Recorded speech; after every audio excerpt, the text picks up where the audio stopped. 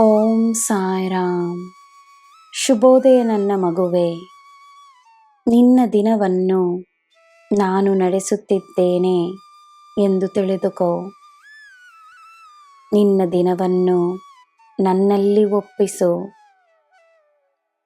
ಉತ್ತಮವಾದ ಜನರು, ಉತ್ತಮವಾದ ಅವಕಾಶಗಳು, ಉತ್ತಮವಾದ ಕೆಲಸ, ಉತ್ತಮವಾದ ಜೀವನ ನಿನ್ನದೆಂದು ನಂಬು.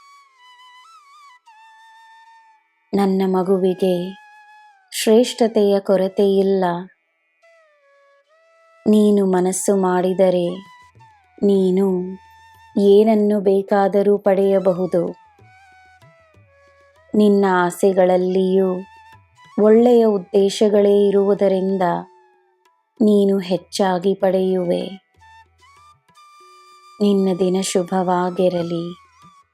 ಸರ್ವಂ ಸಾಯಿಮಯಂ. ಜೈ ಸಾಯಿರಾಮ್.